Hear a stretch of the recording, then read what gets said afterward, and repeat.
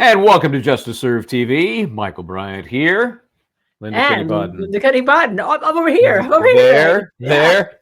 Hey, welcome to the show. We've got a few things to handle. Primarily, we're talking Adelson because, it's coming back from, I don't know, is that right to say it's coming back from the dead? Anyway, there is a trial date. Some things have been happening. Some secret documents were sealed, unsealed, and then sealed again. And I think we ought to talk about it.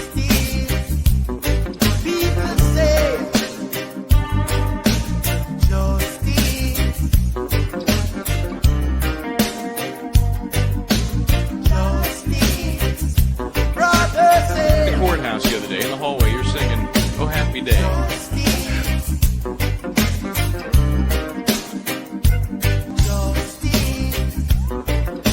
One word prayer.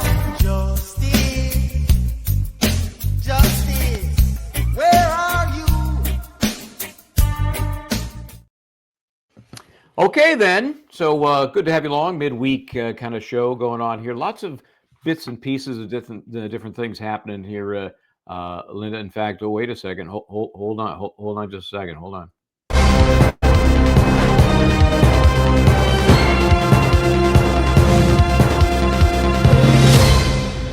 So let's shift gears before we get to the Adelson case, the Donna Adelson case, Mama Donna. How about that Michael Proctor? How about that Michael Proctor? Oh, it's breaking news of Michael Proctor, right? Yes, Michael Proctor, of course, the lead investigator in the Karen Reed case. He had a disciplinary hearing today. The Proctor factor, as we call it, right? Proctor factor. Any guess what happened? Well, let me just tell you before that, because people may not know, the Commonwealth filed an updated notice regarding a state trooper, and that state trooper was Michael Proctor, who had the disciplinary notice because he was subject to an internal affairs investigation based on, they say, the text at trial. In the Reed case, maybe there's more to this that we don't know about, but apparently the prosecution has to produce all the responsive papers regarding the discipline of Trooper Proctor to the defendant, Karen Reed, and the Commonwealth, and the conclusion on the internal affairs investigation. So that's the setup for it. So what happened today? There was a hearing, and then what? Yeah, I mean, really, this was like, kind of military-like tribunal, I suppose, absent any sort of celebrity saying you can't handle the truth. But there was no decision. Not a surprise, but the hearing officer heard the story, heard the case. Obviously, Michael Proctor represented in this matter. He's fully expected to be disciplined, but we don't know to what degree. We don't know. I mean, losing his job is obviously, it's already kind of a foregone conclusion. He was already gotten rid of as a cop, but we don't know how far it's going to go. I actually put a poll on the site that says, how should Michael Proctor be punished for the investigation and testimony in the death of John O'Keefe? Fired and made to pay restitution for costs he directly caused, fired, made to pay, and imprisoned to the max under the law. Right now, it is roughly 64% fired, made to pay, and sent to prison for the max. Only 16% want him to be fired and made to pay, and 20% want him just plain old fired. Yeah, So, and you recall this is because he had text that said she kills herself. She referred to Reed as a whack job, and then there's an expletive. that's all real accent. He said, "Oh, that was so regrettable." He said at trial, and there were some other things regarding. Well, it's really, I think it's primarily about the conflict of interest. That he's hanging out with and having text conversations with the Albert family during the course of the investigation. But remember, the text messages from Proctor's phone were obtained as part of a federal investigation by the Department of Justice looking into O'Keefe's death and a subsequent investigation. So we don't know where all that's leading to, okay? But I believe, and I'm going to say it again, Michael, that this should have all been before the jury in the first case, because I think that was Brady material, and I think that's going to give the defense, if something happens, a lot more to appeal on again from the first case. Remember, because they're going to say that, hey, this should have been a decision; it should have all been dismissed. Yeah, and we'll always wonder, because this will never be relived. Proctor will never take the stand again. The poll, by the way, is on our website, Justice Serve TV, on YouTube. Yep, go to It's community tab there There's on. a community tab, right? Yep. And then you can go vote on that community page. Yes, absolutely. YouTube is a little hard to navigate for a lot of people with regard to these community pages, and also even for us when we first saw the live And is one section, the episodes, then if they finish are in another section. But just look around the whole page, and you'll find a lot. And sometimes I will cut and paste and repost with a link to the poll, and I sometimes I do, sometimes I forget, but I'll try and remember that when we are done. Okay, let's go back. Let's go back now to Okay. our original plan, which was to talk about the latest in the Adelson saga. Before you do that, I have Oh a my moment. gosh! You know what? I'm going to tell you, we're going to be there to cover the Karen Reed trial because we this week were able to pick up our 2-year press pass, good for 2 years, for a little place in New York City called 100 Center Street. You may have heard about it. It's on TV all the time. It's had some of the biggest trial, like Donald Trump I've was seen it. there, I've seen it on Harvey Law and Weinstein Order. was there. You've seen it on Law and Order. We are media, right? But in Norfolk County, in the Canton courtroom, we have been denied having a press pass because they say that our YouTube channel does not count as media. Well, I guess they should tell New York City that. They should tell Florida that. They should tell all the places. They even let us in YSL. We didn't even need a press pass there. Come on in. Hey, cover the trial.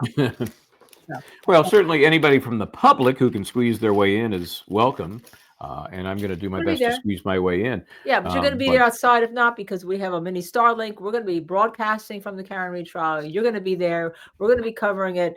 And so if they don't like us being there with a press pass, we're still going to be there anyhow.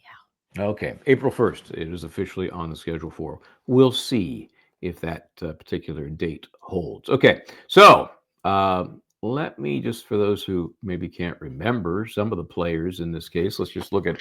There's the queen of the castle, if you believe the prosecution, Donna Adelson. She is the matriarch of the Adelson family. Let's go back just a little bit to cover some of the background. And while we're doing that, I think it'll be interesting. There's not a lot of audio in the body cam I'm about to show you, but I think it'll give some interesting visuals as we kind of catch people up on where we are and what happened if they don't remember in this. And what's this case is about? Right. This, by the way, is a weird setting. This is really on the jetway at the airport in Miami, where you see Donna Adelson being arrested. Okay, how'd you like to be going to get on your flight and this is happening right in front of you? It'd be Where are my bags? Where are my bags going? They're already loaded on the plane. Well, that's it. Most people probably just say, "Could you get the hell out of the way? I'm trying to get on the flight."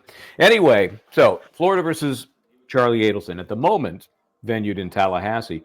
Dan Markel, the victim, he is the former husband of Wendy Adelson, who has testified in every single trial there has been. They had a custody dispute over the kids. He was living in the Tallahassee area. They meaning Wendy and Donna, the grandmother, wanted the kids closer to them and wanted to move to South Florida. So there were 3 trials. First, there was the alleged hitman who was allegedly hired by, I don't know, was it Charlie? Was it Wendy? Was it Donna? Was it the whole Adelson family? And he had an associate. And then Catherine McBenoit was both connected to the shooter and also connected to Charlie Adelson.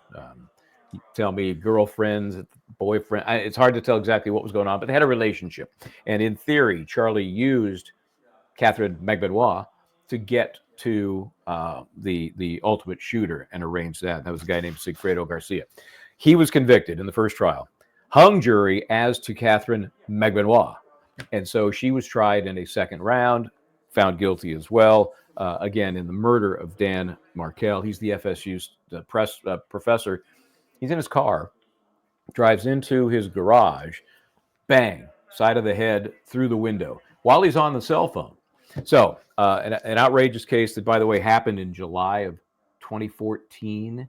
So coming up on 11 years, this family saga has been playing out. And so now, where are we? You'll remember when we began our Where in the World is Justice? Remember that little ditty that we're doing? First place we chose to go was Tallahassee for the Donald Adelson trial. We had covered the other trials when we were at Law and Crime. It's a natural for the kind of notoriety and salaciousness that people love. So we were going to go down there, and literally on the eve of my taking off to go down there, canceled. Why? Well, because Donna Adelson had chosen to have the same attorney that her convicted son, Charlie Adelson, used. Now, it doesn't take a legal scholar to say, whoa, wait a minute, that probably is a horrible idea. But nobody seemed to raise that red flag. Not the court, not the participants, not the attorneys, nobody. So they get literally to the day of trial. They're in the midst of organizing the jury members for selection. And that's when the attorney at the time, Mr. Rashbaum, Daniel Rashbaum, attorney for Charlie Adelson, and then at that point, still attorney for this woman being arrested here, Donna Adelson. And he says, Judge, funny thing, I couldn't get the waiver signed. Charlie Adelson refused to sign a waiver, which he needs to do because there is a potential conflict when you represent two different defendants in a murder case. There may be issues that are of adverse interest between the two, so you have to have separate attorneys. And if you're not going to have separate attorneys, you better have a knowing, intelligent waiver of that conflict. And at that hearing, Daniel Rashbaum went to the judge and said, can't do it. He will not sign it. So you can't go forward. There was co-counsel. I think his last name was Myers, as I recall. He told the court, I can't proceed. I'm not ready. I can't just step in immediately. So they called it off. We had to do a quick move, and that's when we went to YSL in Atlanta. So that worked out fine. And I hope to get back to Tallahassee if that's where this case is going to be tried. And that's going to be June. I think it's June 4th, maybe June 2nd. It's currently scheduled. She has new counsel now. And that is the subject of this latest shenanigans. What they've done now is the new counsel for Donna Adelson has filed for a change of venue out of Tallahassee. And you might wonder, why, LKB? Why would they do that? Too much media publicity? No, that couldn't possibly be. That doesn't work very often. And I do find it interesting in the moving papers, they cited the Brian Kohlberger case. Yes. And the judge granted that change of venue, as we know, out of what's the name of that where Moscow, Idaho is, that little I can't remember the name of the county. I think it starts with an L. Anyway, they moved it to Latah County. Yeah. Yeah, there you go. They moved it to Boise, Ada County, which is obviously much bigger. And this media, it is media. But let me just stop. Media meaning social media? Could that possibly be media? I don't know. You mean like a YouTube channel? Yeah. Nah, that's not media. So what they decided was, in relying on this Kohlberger case, that the distinction that court made in Kohlberger, that this court is now being asked to be made by Donna Adelson's attorneys, is that it's more than just your normal newspaper headline or local news story. It's pervasive. And one particular event led to this motion. And that's a very long way about going at how we're getting to the reason they wanted that change of venue. And that's what they haven't, by the way, it hasn't been ruled on yet. It's just been filed. But what started it? What started it was an off the record, I shouldn't say off the record, a sealed hearing that related to the oldest Adelson son, Ronald. He is, as they say, estranged from the family. Robert, isn't it Robert? I believe it's Ronald, but you check with. Oh, it is Robert. You're right. It is Robert. Rob, I think, is what they have been calling him.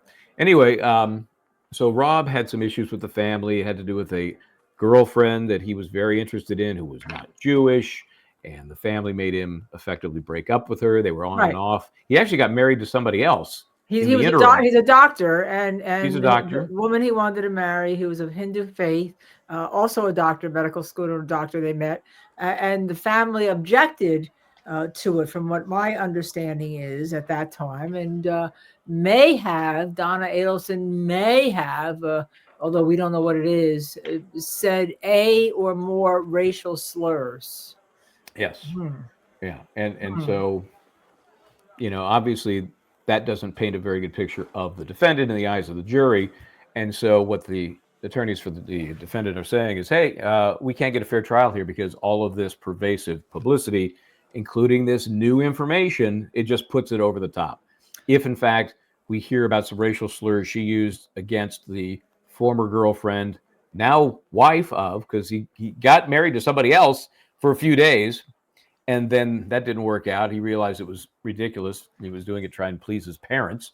And then now he's married to the subject girlfriend woman that the family rejected. So they are at odds. So it's believed the prosecution wants to call him to talk about the interactions he had with his mother as it related to any sort of conspiracy. Remember, she's accused in the conspiracy death of Dan Markel. So that's what they had to dig into at this hearing, which was sealed. Why did we get it? Why is it out there? Well, because Daniel Rashbaum was replaced, right? You got to get new attorneys.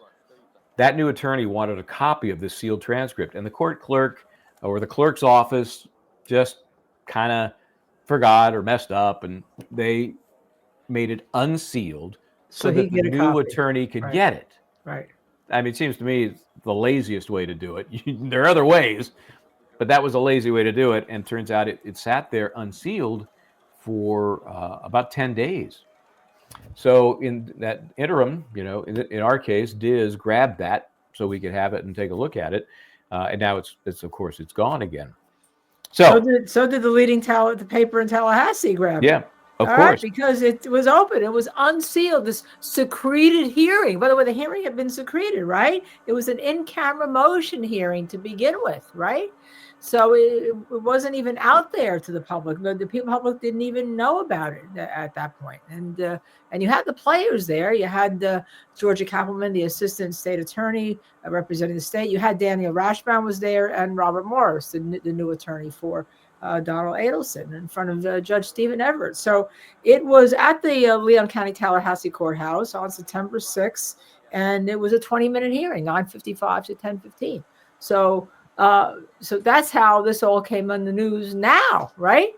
Yeah, and so now what they're using as the impetus, though, for this change of venue motion is that hearing and the deposition that is referred to in the hearing, which includes we don't this have. alleged, which we don't have, and it's still not out there, which includes this apparent racial slur, right? Okay, yeah, so right. And the setup. I mean, Robert is a doctor. He's now in New York State, and he's upstate, from what I understand. He's respected. He went to Tulane University, then he went to medical school. So he's the oldest son of, I think you said, of all the children, and so and there was other things they wanted to call him to talk about, but this is a pretty big deal that this transcript kind of got sealed and unsealed, because now we know, there may have been more involved than we had ever heard in the past in terms of admissions and all sorts of stuff. So I think, Michael Bryan, you and I want to go through this. Yeah, let's just go through it. I've got a couple of different versions of it. I've got my hard copy, which I've marked up. And then we have just the actual document here, which is clean. So you take a look at it. It's pretty basic. The court reporter grinds this out once they've decided they need the transcript. It's a pretty short transcript. So here you have it. It's the defense motion concerning the testimony of Robert Adelson. They state their appearances. You can see that Mr. Rashbaum was still involved at the time, of course, because this was done September 6th, I think it was. Let's see. Yeah, September 6th. So yeah, September 6th, right? Yeah, so he's still involved at that point. He had no idea what fun there was to come. Okay, so right. Okay, so there were a couple of things they talked about in this testimony. Obviously, the most salacious is the issue with the racial slurs, but there's other stuff. There's some other stuff. There's other stuff that's really interesting, going to whether or not Robert can have his mother convicted. And he's only given, by the way, one interview that we could find on the internet where he actually was ended up being pretty complimentary about his parents, saying after this whole thing with regard to they didn't accept his girlfriend, they weren't going to accept it. They did try to make amends and really embrace the two of them when they finally got married. But there's no indication, by the way, none, let's say it right now, that Robert Adelson had anything to do with these homicides like there is with some of the rest of the family that's already been convicted, and questions about whether or not anybody else will be indicted, right? Right. In regard to this. And so there's none with regard to that. These are the state plans to use them to try to get a conviction of his mother, Donna Adelson. Yep. So the prosecution wants to bring this guy in. Why? To learn about these interactions during this very important time. And obviously, if it doesn't relate to the death of Dan Markel, it's irrelevant, right? Right. So Right. they can't use this guy for, improper character testimony or the whole racial slurs thing. They could use him for just facts. What do you know about this happening between your mom and your sister Wendy, or your mom and Charles, or your mom and any of these other players that have already been tried and convicted. So, but with all that, Michael, we just kind of glossed over the racial slurs. It really is interesting because lawyers always kind of make, well, what if this happens? And Rashbaum, when he was talking, said, Your Honor, we don't plan to elicit the testimony with regard to the racial slurs. And the court said, why would someone need to use racial slurs, right? Or slurs. I guess I should say slurs. We're assuming they were racial of some sort. well, no, they say racial. Okay. In the first reference, they don't. They That's just say eliciting testimony of slurs. The court says why someone would need to use these slurs, but later on, and we'll see, they use the term racial. You can But see there then, why- but then Rashbaum says, I can't imagine a situation that would come up. But there's always a but, right? If I'm not imagining something and it comes up, then we won't do it before alerting you first and the state at sidebar. So we say we don't plan to do it, but if something happens at trial, we'll just tell you that we do intend to do it. So what is that all about, Michael? Well, I mean, that's normal. I mean, it's not like they're going to sandbag purposely, but they don't want the court to say to them, if something evolves during the time of trial, say, counsel, you promised, you swore, this was never going to be an issue, and look, now it is. You always got to leave the door open, because why? A trial is a living, breathing thing, and you never know what's going to happen. And the court looks at this kind of like a motion in limine, and they are certainly subject to change their opinion on what is and isn't going to come in, depending on direct examination. Maybe it opens the door to something on cross. And so these things are always subject to being revisited by the court during the course of trial. I have a sneeze. Okay, I sneezed. Sorry, Michael. I sneezed. Sorry, y'all. Okay, so anyway, so where are we now? We're in the middle of like page 4, talking about character opinion. Page 4. As we showed why his opinion testimony, as well as his character opinion testimony, is not admissible, then we look at a third component, which is potential admissions. Okay, and why is that different? Let's open up the justice served classroom. Why are admissions different, LKB? From what? From character opinion testimony? Yeah, from these other items. Character opinion testimony may, first of all, it's irrelevant what his opinion is on the character of his mother, right? The question is whether the state has proof beyond a reasonable doubt to show she did it. But if she made certain admissions and they don't have to be like, I did it. They could be like, why wouldn't, what would you think of me if I did it, right? Kind of like an OJ admission type bit. That does become, because then the jury can use it for the weight of the testimony, whether she was involved in the actual hiring of a hit person or conspiracy to commit murder. What are the charges against her again? We forgot to say what the charges are. I mentioned it early on there. The conspiracy to commit murder as to Dan Markel. That's the top charge. Okay. All right. That's okay. So the question as they're going through this discussion is, well, what opinions might you be trying to elicit, and are they going to be legitimate or not? I mean, the court at this point is not saying all opinions are inadmissible. The court's trying to flesh it out. What are you talking about? And it turns out that the defense is anticipating, this is on page 5, follow along if you can here, that the defense thinks the prosecution is going to try and get Mr. Adelson to say, well, my mom's basically a tough bird, that she's not going to back down. She is not gullible. She is very sharp. She's someone, it comes up at some point later in the hearing, that she thinks of herself before anybody else. Okay, that's his opinion about her personality, and that's about as character-based opinion as you can get, right? Right. You wouldn't let that in, would you? No, I wouldn't let that in. But the interesting thing is there was and so here's the things we don't know, but we can assume. Why this? Why that? Why did he bring that to law enforcement's attention or whatever? I won't be asking him any of that on the stand. So what would he have brought to law enforcement's attention? Was it that he believed his mother was a murderer? Because the court then says, I think it's fairly clear as a matter of law, no witness gets to come in and just wildly say, I think the defendant's a murderer. So it seems to me if you backtrack that, he may have gone to law enforcement, if we read between the lines, and said, well, I think my mother may be a part of this conspiracy to commit murder, right? Or else why would the court ask that question?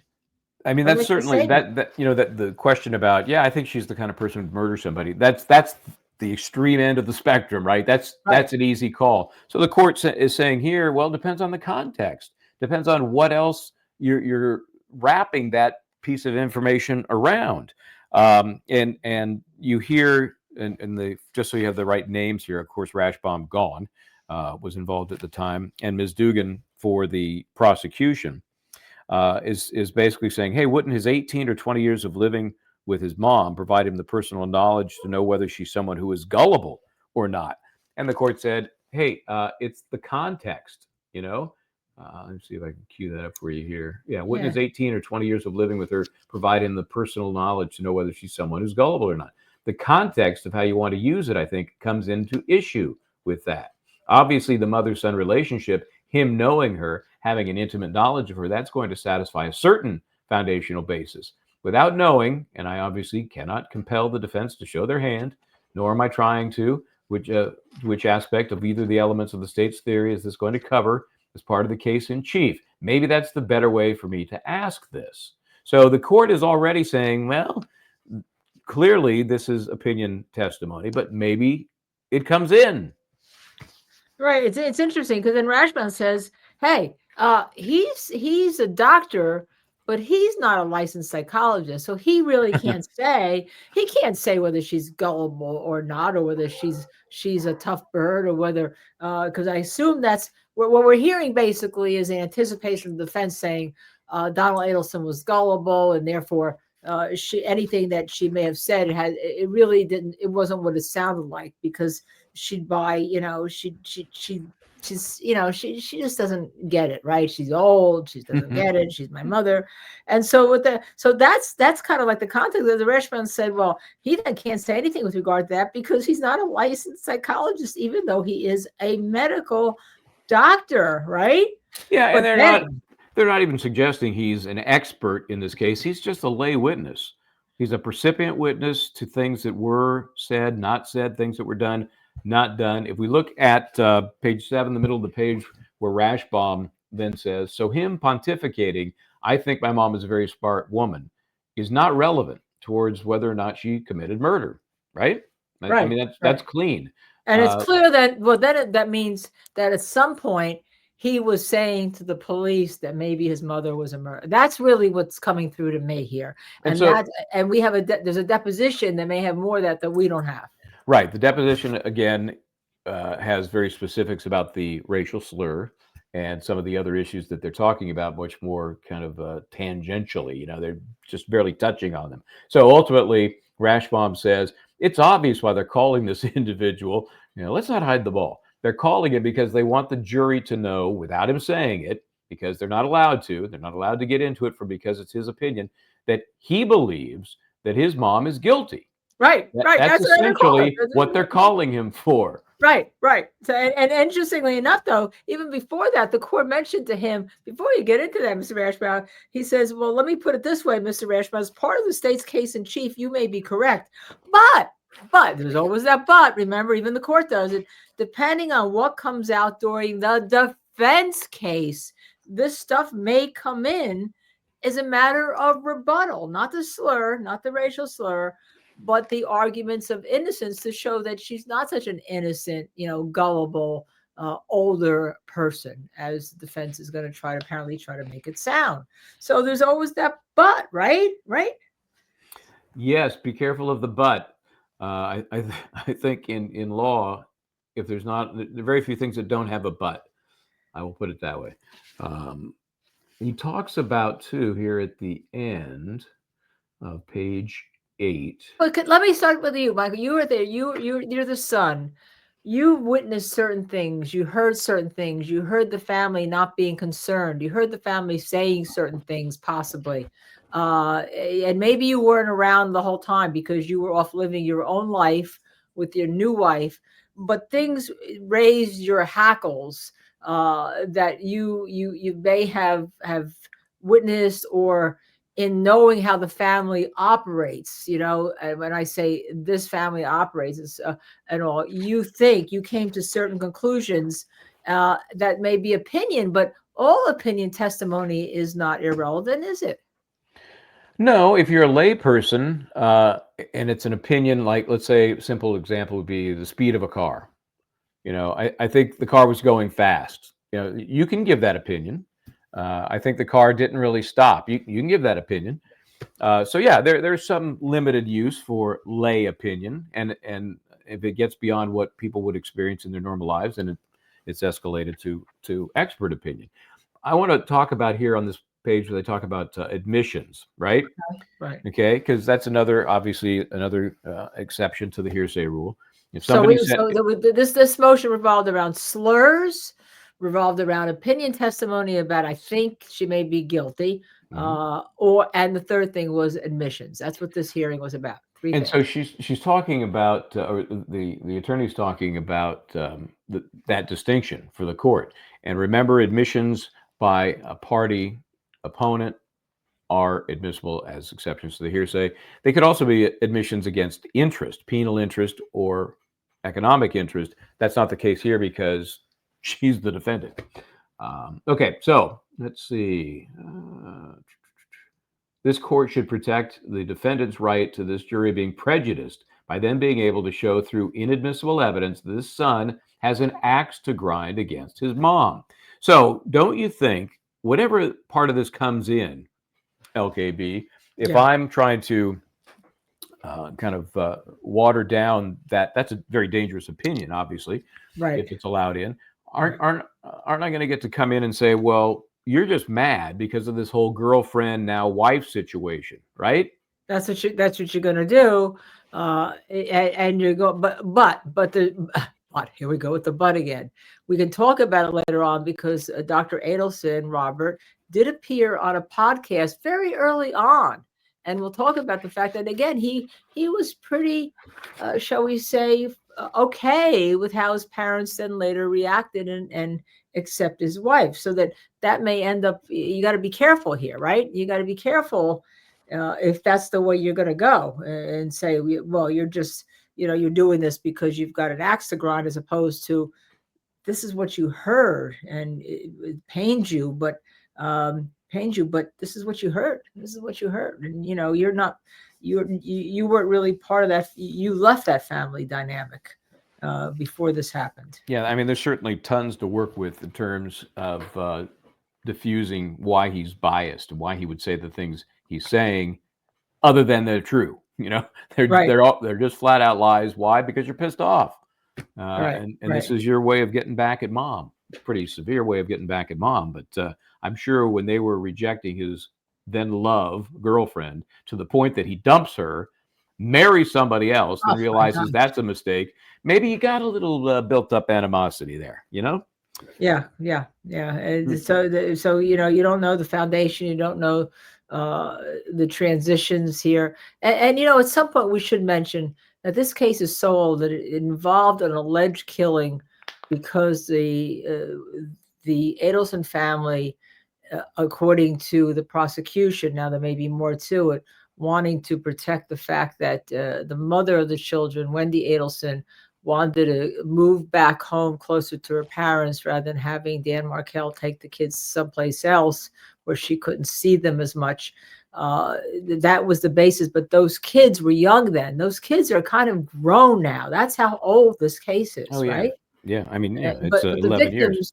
The victims in all of these cases, no matter who is guilty and who is innocent, are always the kids, right? They're always the children. How many cases do we see where it spawns violence this custody issue. The Wagner case, I think of in Piketon, in Piketon. It seems like ridiculous to get from we're battling over who has custody to killing, in that case, a whole family. In this case, the loving father and husband. Right. So who's been found guilty? As we know just one son has been found guilty. The younger son, the younger brother of Robert Adelson, Charlie's been found guilty. Charlie. We know that Catherine Meg Benoit, and the two hit people Sigfredo Garcia. Right. And then the question now the mom's been arrested, and the question is that people have, well, does that mean the dad's going to be arrested? Does that mean that Wendy, who has immunity deals, is eventually going to be arrested? What is the state doing that's taking so long? Yeah, I mean, it's interesting. That's also something that they brought up in this hearing, and that was and it has more to do with the video that I showed where she was being arrested. The defense wants to argue that, hey, they had plenty of opportunity to arrest her. Why didn't they? Because she was arrested so late into the process. Right. They didn't arrest her until after the Charlie trial. And so the argument is, well, they didn't have the goods on her. And they didn't have them then, and nothing has changed. They don't have them now. So that arrest in itself should lead you to suspect, her guilt. So the one thing we do know that the admissions may be very important, because there is a paragraph in this opinion that says, as to the admissions, all of which are identified as 21 through 30 of the motion. So that means what? 9 admissions. There's allegedly 9 statements by Donna Adelson that are admissions that would lead the jury to say she's guilty beyond a reasonable doubt of this conspiracy to commit murder. So that's new information we didn't have before that. We just don't know what they are. Yep. We will. They'll come out as a more formal motion in limine, as we get closer to trial. On page 9, let's direct our attention to page 9, class. Third line down, if he has, talking about Robert Adelson, if he has a foundational basis to establish this, knowing that his mom was either involved in the life of his other 2 siblings or himself, to that point, he can testify factually if asked questions. So that alludes to this, relationship between Donna and Wendy, Donna and Charlie, Donna and Robert.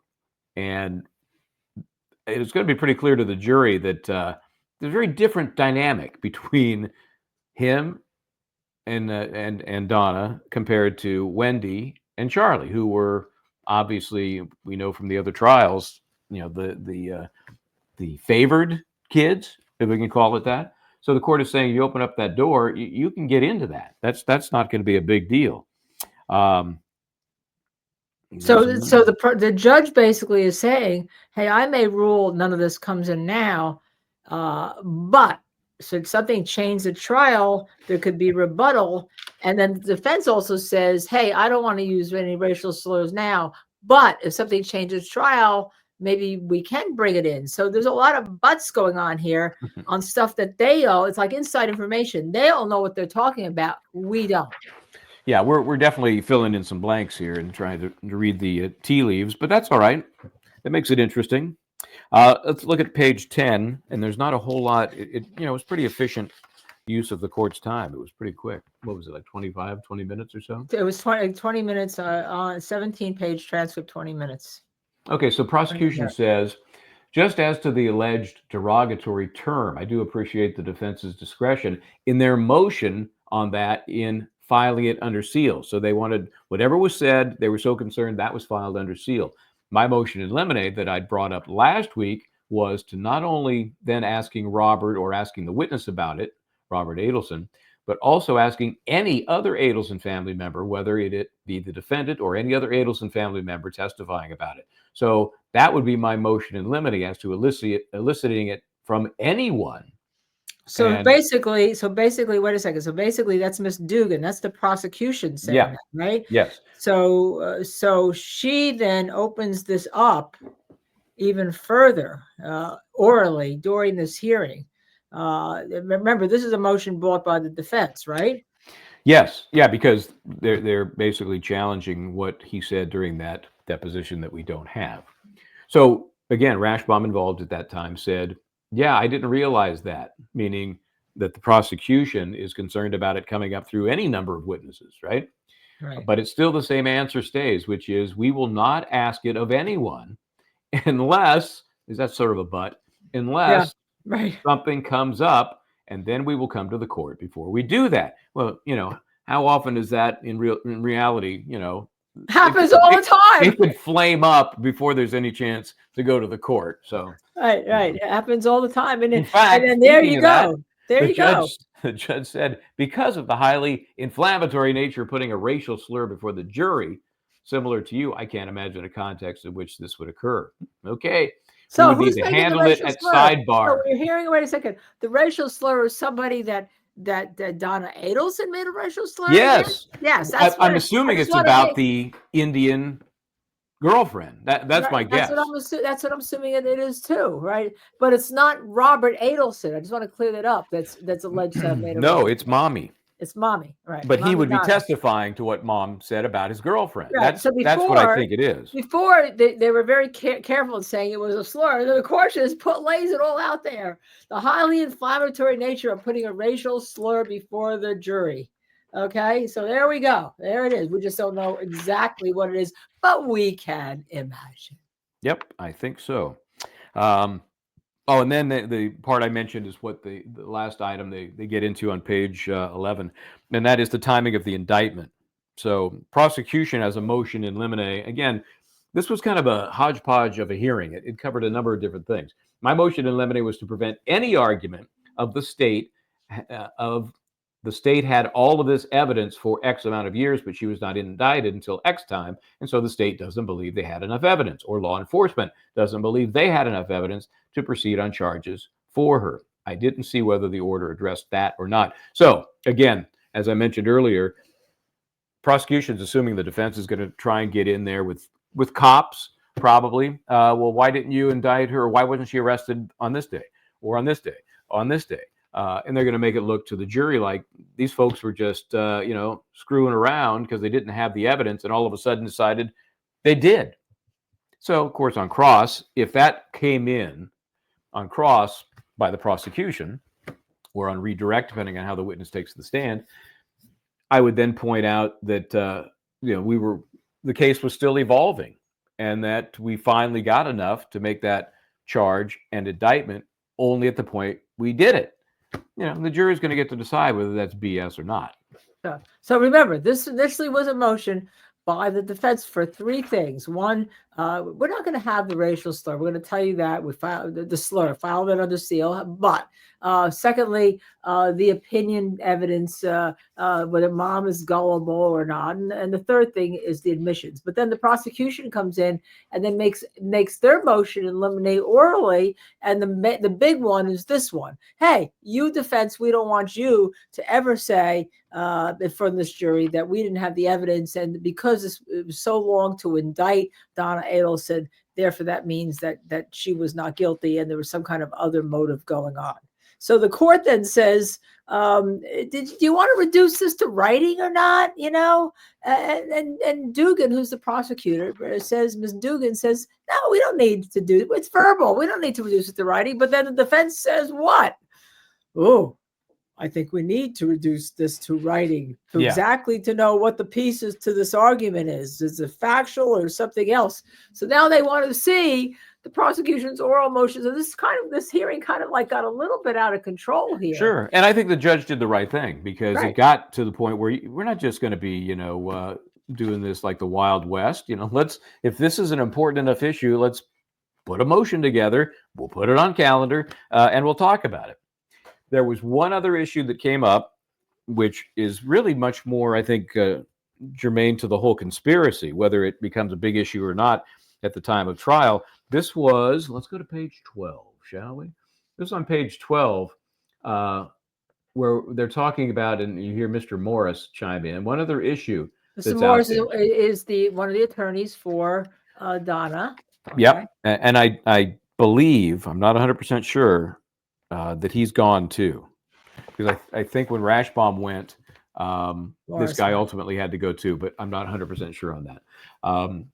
I know you can't rule on things until they're in front of you. The state intends on asking investigator Detective Isom about David Marcus, calling him shortly after Katie Magwenoir's arrest. The sequence of things, as we understand it, is that Mr. Marcus is sitting in the office of the partner of Katie Magwenoir's lawyer when she's arrested. The partner calls the partner, and Mr. Marcus learns of the arrest, so he is asked for the phone number of the investigator to call on behalf of Charlie Adelson. Remember, Catherine Magwenoir, one of the first arrested, one of the first tried, and after 2 tries, was ultimately convicted. Mr. Marcus is under subpoena. He's going to file a motion to quash. So they're going to have to get to that, it says here. And that's the question of whether or not there's going to be some kind of attorney-client privilege. Of course. And the court is, initially the court is like, well, I don't see how just what he saw, what he observed is inside the attorney-client privilege. That doesn't make sense. That's the court's initial reaction. But what I think is interesting is that they're really looking to use that as part of this giant, the conspiracy picture. Right. The state indicated they wanted to seek to elicit it, but I think the state's theory is that they were all in cahoots. That's a legal term there, LKB, cahoots, with lawyers and financing lawyers, and it was one big part of the conspiracy. But the evidence seems to be to the contrary, that according to Mr. Morris's argument.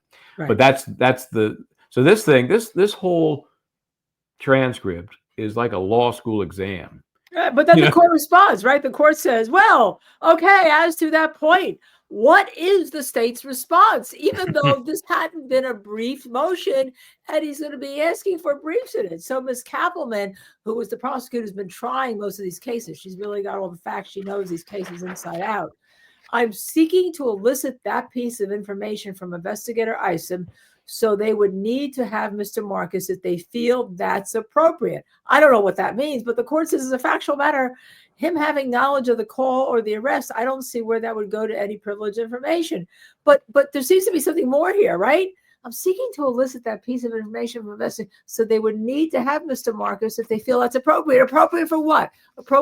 Is that the appropriate for the same thing that the Moore said, the defense attorney, that they just want to say, here, throw this hodgepodge in, and all of you, they're all guilty because they were all talking, and yes, and the son who's already been convicted, he calls the investigator right away. Oh, wait, why are you arresting? Why are you arresting them?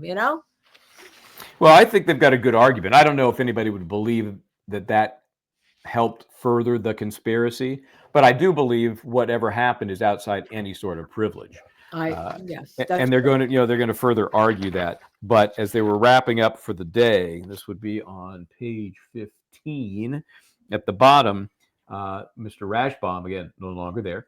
Well, I guess here it's not our issue, but we're letting the court know that when they bring this up, we have him under subpoena. He is going to move to quash, is what we're told. But what we've told him is our questions that we would ask him have nothing to do with communications he had or didn't have with Charlie Adelson and his attorney. So that's the big difference. And then the court, of course, says, so you're wanting to know, are they attempting to pierce the privilege for some purpose? Rashbaum, yes, we don't know. I think the answer is no, says Ms. Kappelman. No, Judge, I would not ask his client any questions about his communications. So then it gets us back to, he's a fact witness. Is he going to give the jury anything that helps support the conspiracy to commit murder theory? And well, again, that's what Kappelman is. Kappelman says, "Hey, but wait a second. We don't think that what the defense is saying is how it really went down. So that's what we're talking about. We're talking about a factual difference." So then the court throws up its hands, right, and says, "It sounds like this needs to be reduced to writing. Please prepare the motion." Right? Oh yeah. Well, guess what? Because it's all over the lot, right? We all know what's going on here. This is a dance. Well, it's all to be learned as this case unfolds. And this will be a very interesting ruling on the various things before this court, not just the in limine motions, but what's going to happen with the transcript. Is it going to be unsealed? Not this transcript, right? The transcript of the original conversation with Robert Adelson, and what he knows, thinks he knows, wants to testify to about his mommy. But that's So interesting. In Florida, having experience in the Casey Anthony case, all discovery that's traded is public. Aren't there sunshine laws. sunshine laws, like, as a matter of fact, we'd see Yep. it in the newspaper before we get it. Or it would be, we'd get it when, thousands of pages, wouldn't have time to go through it. And the next thing you know, it's already released to the public because of the sunshine laws. But wouldn't it be in a police report what Dr. Robert Adelson told the police officers? Wouldn't that be in a police report that be traded in discovery somewhere? Are you talking about a racial slur that would be in a police report, or? Yeah. Then they interviewed him, wouldn't it be? That's discovery. That's discovery. Yeah, but okay, so the police are investigating him and ultimately rule him out, right? I don't know if I think he probably got ruled out so quickly that they didn't get into detailed interactions between he and his mom and how she felt about this now wife, then girlfriend. I don't know if that to me, that would not come up in a fairly superficial police interview. That would, maybe if you're drilling down because the guy's a suspect, you might get into some of that. I would be surprised to see it in a police report. Well, but the fact that he even went to the police, because they said something about him going to the police and reporting things in this hearing, right? So that's, I don't know, Michael. I don't know. We don't know what it is. We don't know what any of this is. No, we don't. Are you going to go to the cops and say, my mommy said bad things about my girlfriend? I don't know about that. Well, if they interview, what if there's an interview, right? What if there's an interview and says, shouldn't that be memorialized? I know, but what I'm getting at is I can't imagine that in an early interview, and this guy would have been dropped from the suspect list pretty early on. He wasn't in the area. He had no real close connection to those they thought might be involved. I'd be shocked if it was in a police interview, but who knows? I don't know. It's another unknown. If it's out there, it's going to surface. I know that. It hasn't surfaced yet. Although this is an interesting thing, it hasn't surfaced yet. So that's where it kind of landed. With the judge was going to file some orders, but it's all kind of still up in the air. It seems to me, with the but, right, and the new motions for in limine, and then they had one other final, like how I call housekeeping motions when I'm before court.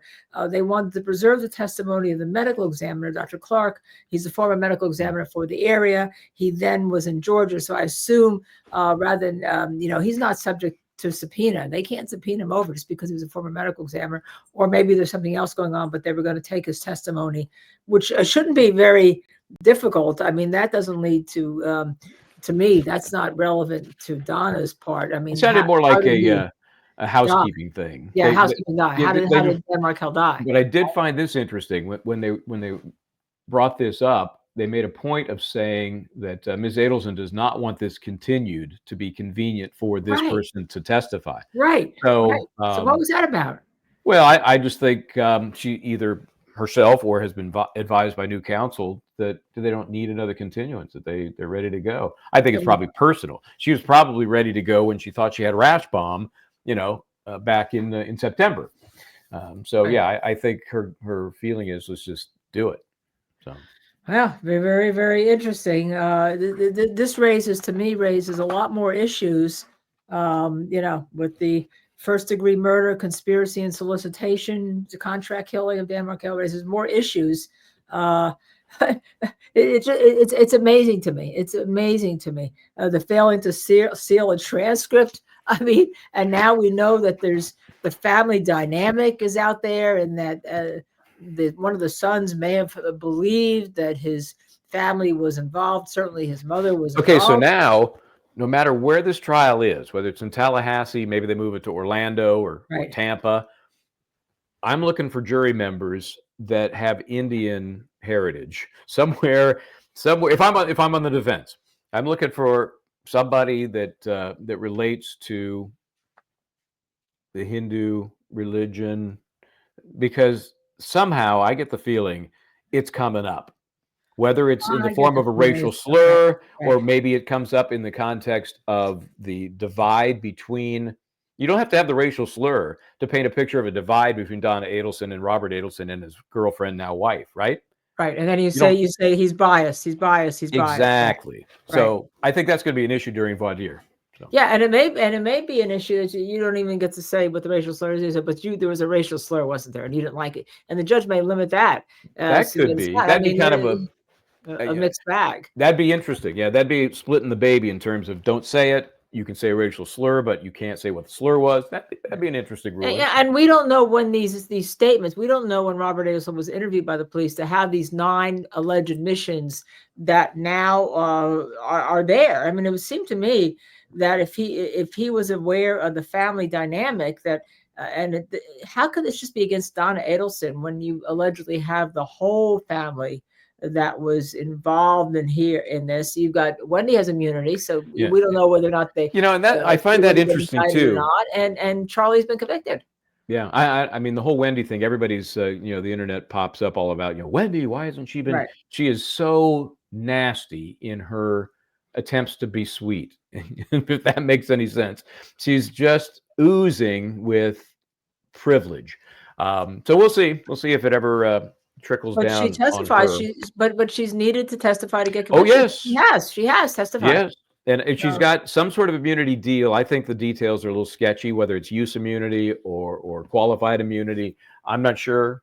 I'm not sure it's really out there, and I'm not sure anybody knows for sure exactly what she's protected from. But I think we're going to hear more about Wendy after this trial. So trial's coming up in June. Who knows where in the world justice might be? I mean, I don't have the hotel reservation still that I had, but hey, it's pretty easy. Well, I'm a press pass there. I'm sure of that. It's pretty easy to get to either Tallahassee or Orlando or Tampa. I can't believe they'd move it to Miami. That's probably too far. Jacksonville, maybe. I don't know. So first of all, I'll just ask, grant the motion or don't grant the motion for change of venue? I don't know. I think you got to wait and see what the jury says, because we can talk about this all. What the judge says, you mean? What potential jurors say. Oh, you mean when they're going to do you think they're going to do a poll of some sort? Yeah, because remember, you've had a number of trials here, but they had no problem finding a jury in Charlie Adelson's case, because we all think these are important. We've been following these for 11 years. But think about jurors who are, you can be 18 and serve on a jury, right? You're born like almost after the time that this whole thing happened. This may be on the top, not on the top of the list of what you're paying attention to. All right. I agree with all of that, and I'm making a ruling today. Denied. No. Denied. I think the fine nuance, reliance on the Kohlberger case, not counted. It's just too minor a nuance of the big picture of the press that has covered this case for the last 11 years. It's just, to me, it ain't enough to push it over the hill. So, well, also Kohlberger had, let's face it, Kohlberger, the slaughter of the 4 college students, had worldwide coverage. All right, this has not had that type of coverage. I don't care what you say. It's had coverage on crime networks. It's been big, but not because of who Dan Markel was, and we should remember that. Here's the difference, I think, in the Kohlberger case. They were in a dot of a county that could barely handle the hearings they had, let alone a trial. So part of the consideration there was, and this is legit, just the logistics of handling it. Do we have the bodies to do it without spending money that the county doesn't have? What about traffic control? What about the press, those pains in the ass that are going to be all over the place? Those are all legitimate concerns. That's why I think it tipped the Kohlberger case into a motion to change that venue to now Ada, which is 10 times the size. And this is Florida. It's 6-person jury, right? It's not death penalty case, right? So yeah. So again, jury denied. Well, but you know what? Even when you say that now, you always have to say, however, if we can't get a jury, Mr. Defense Attorney, if you're still a Mr. Defense Attorney, if you can't get a jury, you can bring it up then, right? If everyone says, no, we can't make an opinion. Yeah, if they, let's say, and this is, again, part of the reason they moved Kohlberger, because the pool of potential jurors was tiny, considering how many they expected they'd have to get rid of, right? So, yeah, if they start picking people out of a hat and, 8 out of 10 are disqualified because they already have an opinion, they're already set in what they've heard from the press and from those crazy YouTube channels. Then yeah, you're right. It could disrupt things. Okay, so we asked the 8 ball. Hold on, I have to get my. The problem with all this is that Dan Markel is dead. His kids don't have Oh, a I father. know. Now I'm trying to, I just, these cases develop a life of their own in crime networks like ours, but they really, they have their own life of tragedy, and this is just tragedy. well, now I can't do this because it'll look like I'm making fun of the whole No, situation. don't make fun. Go back to making fun of the situation. No, I'm not making fun. You're I'm making doing fun of what the other. probably is just as valid as any other reason to get the answer on this. Will the Yes. motion for change of venue be Venue. granted? That's What what does we're it say? asking the Magic 8 Ball. And it says, don't count on it. You're I rest my probably case. right. And by the way, just as we're finishing up, Trooper Proctor's trial board hearing, which began this morning, has concluded for the day. Thank you, factual lie. The proceedings will resume on Monday, February 10th. Okay, so that was the second day the proceedings could resume. So, by the way, we started this Donna Adelson show with Karen Reed and the Proctor factor, and we're going to be ending it with Karen Reed and the Proctor factor. And by the way, show our press pass for New York. Just Oh my gosh. Show our. If I hadn't picked it up today, it's not like I go to bed with this, but I just There picked it it up is. today. So there you go. There's our press pass for New York. Canton, Massachusetts. Hey, it's no Canton, I'll tell you that. That's for sure. Okay. So thanks for joining, folks. Thanks, everybody. That's your thing. I'm Michael Bryant, and of course, that means try to do the right thing. Hold on a second. I'm going to check on one more thing. Okay, I'm all right. Yeah, we'll see you next time. And I'm Linda Kenny Bodden, and together we are Justice Served TV. And if you like us, please subscribe, hit that like button, share, and the notify button. We will see you next time.